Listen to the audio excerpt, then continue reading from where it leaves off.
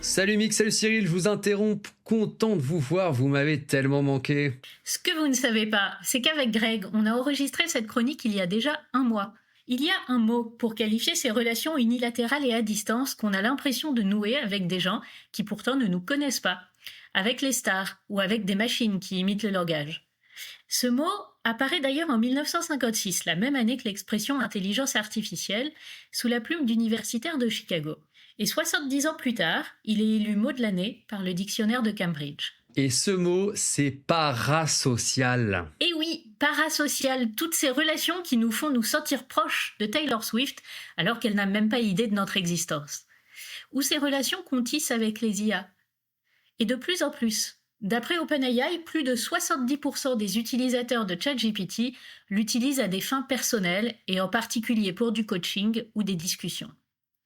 Et ça me rappelle le vieux mythe de Pygmalion, le premier des incels. Ovide le décrit dans les Métamorphoses.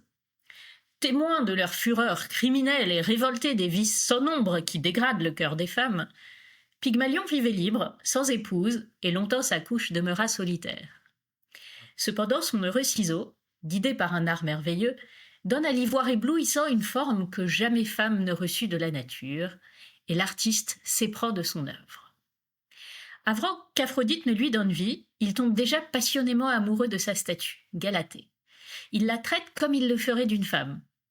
Bien mieux qu'il ne le ferait d'une femme, puisqu'elle lui est entièrement soumise et que c'est visiblement ce qu'il en attend. C'est un bloc de marbre qui n'est réchauffé que par l'illusion du sculpteur. Le plus étonnant, c'est que ça ne se finit pas si mal pour Pygmalion. C'est assez rare dans la mythologie grecque pour être souligné. Selon certaines versions, Aphrodite aurait accédé à ses prières et transformé Galatée en femme dont il aurait eu des enfants. Mais ces enfants seront transformés en pierre quand ils nieront le pouvoir de la déesse. L'illusion de la vie disparaît quand on oublie que ce n'est qu'une illusion. Le mythe a inspiré de très nombreux auteurs, Rousseau, Mérimée, Baudelaire, Collodi, Zola, Shaw bien sûr, parce qu'ils parlent de la création. Peut-on réellement créer ? La différence entre créer et générer est celle qui sépare l'art de l'IA, la croyance de la vérité et le social du parasocial.